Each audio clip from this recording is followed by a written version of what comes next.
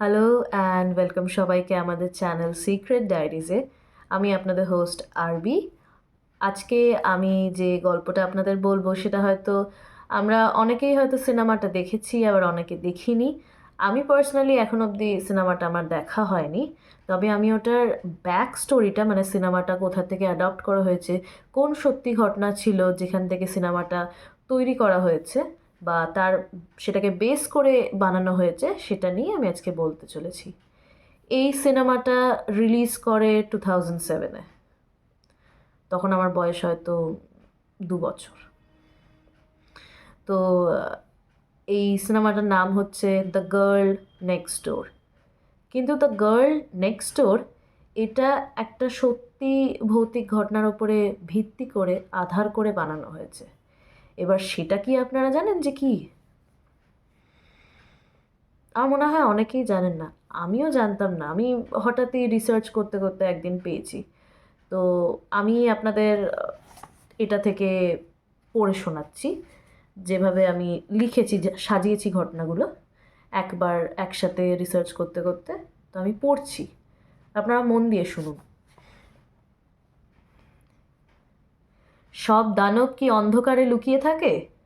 না, কিছু দানব থাকে ঠিক পাশের বাড়িতে।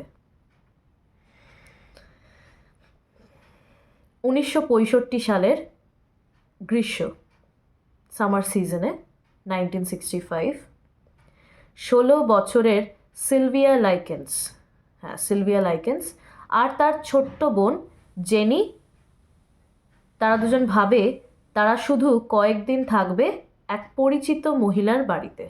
ওরা দুজন ভাবে যে ওরা কয়েকদিনের জন্য এক পরিচিত মহিলার বাড়িতে থাকবে, কারণ তাদের বাবা মা কার্নিভালের কাজে বাইরে। ওদের বাবা মা কার্নিভালের কাজে বাইরে গেছিল। বাড়ির মালকিন গার্ট্রুড বানিজভেস্কি দেখতে দুর্বল, হাসি মুখে ক্লান্ত এক মা। মানে ওনাকে দেখতে একটুখানি উইক লাগে, হ্যাঁ, একটু লিম্পিং টাইপ অফ, একটু উইক, শরীর খুব দুর্বল, কিন্তু মুখে একটা সুন্দর হাসি আছে। কিন্তু এই হাসির আড়ালেই ছিল এক নরক। এই হাসিটাই মারাত্মক ছিল, ডেঞ্জারাস।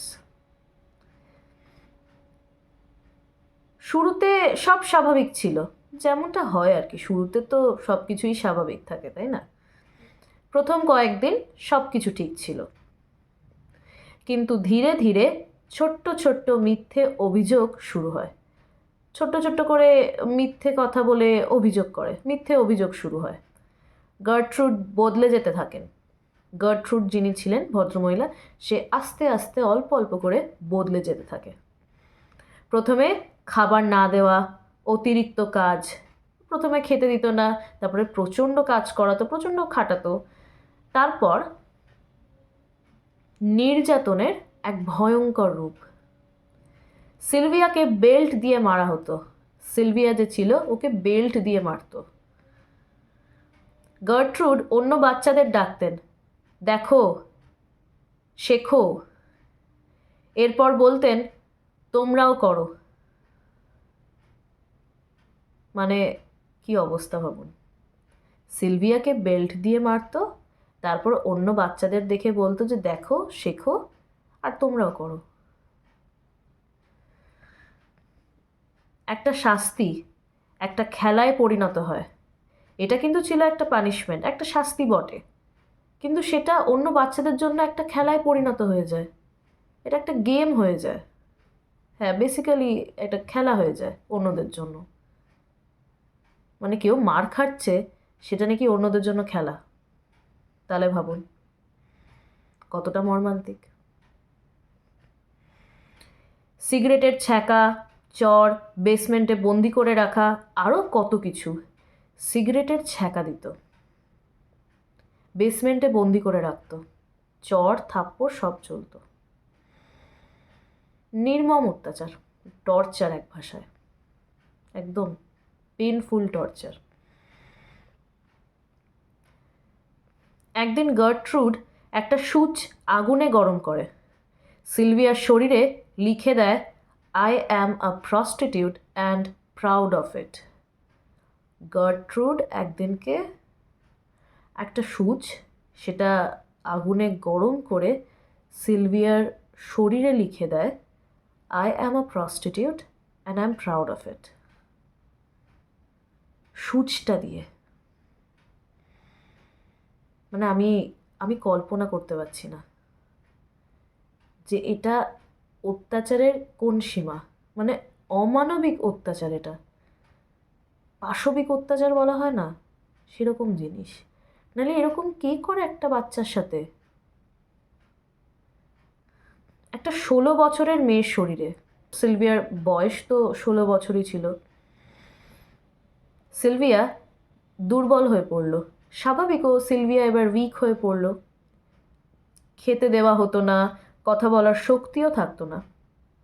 সিলভিয়াকে ভালো মতন খেতে দেওয়া হতো না, তাই জন্য স্বাভাবিকভাবে ওর কথা বলার যে শক্তি, যে ক্ষমতা, সেটাও আস্তে আস্তে লোপ পেতে শুরু করে। ও আর কথা বলতে পারে না ভালো করে, কথা বেরোয় না এক প্রকার ওর শরীর দিয়ে, ওর মুখ দিয়ে। শেষ দিন 1965 সালের 26শে অক্টোবর, 1965, 26 অক্টোবর।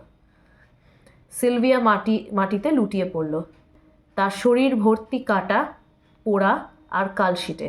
ওর শরীর ভর্তি কাটা ছেঁড়ার দাগ, পুড়ে যাওয়ার দাগ আর কালশিটে। মানে এত অত্যাচার করেছে ওর উপরে, এত বাজে রকমভাবে মেরেছে, ওর গায়ে ওরকম সূচ দিয়ে লিখেছে, কেটেছে, আরও কত কিছু করেছে যে ও শেষমেশ আর ও আর পারল না, শরীর ছেড়ে দেয়। ক্ষুধা, ঠান্ডা আর যন্ত্রণায় সে মারা যায়। সে ছিল মাত্র 16 বছরের একটি বাচ্চা।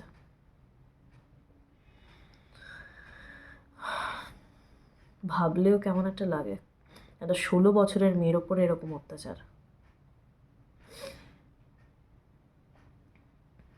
পুলিশ এলো, ভয়ে কাঁপতে থাকা বাচ্চারা এক এক করে সব বলে। পুলিশ এবার আসে, এবার সব বাচ্চাগুলো যারা ভয়ে কাঁপতো, মানে রীতিমতো ওরা তখনও ভয়ে কাঁপছে, ওরা তখন এক এক করে সব বলে। গার্ট্রুড খুনের দায়ী দোষী সাব্যস্ত হন। গার্ট্রুড যে ভদ্রমহিলা ছিল, ও খুনের দায়ে দোষী সাব্যস্ত হয়। কিন্তু জানেন সবচেয়ে ভয়ঙ্কর বিষয়টা কি? তিনি মাত্র 20 বছর জেল খেটে মুক্তি পান। এইটাই ছিল সব থেকে ভয়ঙ্কর একটা ব্যাপার, একটা বিশ্রী রকমের বাজে ব্যাপার, যে এত নির্মম অত্যাচার করলো, পাশবিক অত্যাচার করলো একটা 16 বছরের মেয়ের ওপরে, যে কারণে মেয়েটা লাস্টে মারা যায়। ও পারলো না এই অত্যাচার সহ্য করতে, আর তার জন্য সাজা কি ছিল? সাজা এটা ছিল যে মাত্র 20 বছর জেল খেটে ও মুক্তি পেয়ে যায়। বাহ, কিছু বলারই নেই। সিলভিয়া বড় হতে পারেনি, স্বপ্ন দেখতে পারেনি, কিন্তু তার গল্প আজও আমাদের মনে করিয়ে দেয় সবচেয়ে ভয়ঙ্কর দানব কখনো কখনো পাশের বাড়িতেই থাকে। সবসময় যে অন্ধকারে থাকে তা কিন্তু নয়। তো এইটাই ছিল আজকের ঘটনা, দ্য গার্ল নেক্সট ডোরের back history. Girl next door মুভিটা হয়তো আপনারা অনেকেই দেখেছেন, আবার অনেকে হয়তো দেখেননি। তবে আমি রেকমেন্ড করব, এখন আপনারা যখন ইতিহাসটা জেনে গেলেন যে কার ভিত্তিতে দ্য গার্ল নেক্সট ডোর মুভিটা বানানো হয়েছে, এবার যদি গিয়ে আপনারা সিনেমাটা দেখেন তাহলে আরও বেশি ভালো করে বুঝতে পারবেন। ওখানে হয়তো আরও অনেক কিছু দেখিয়েছে বা হয়তো দেখায়নি, কারণ আমার পার্সোনালি সিনেমাটা এখনও দেখা হয়ে ওঠেনি। আমিও দেখবো এটার পরে। তো আপনাদেরকেও রেকমেন্ড করবো যে আপনারাও গিয়ে সিনেমাটা একবার দেখুন।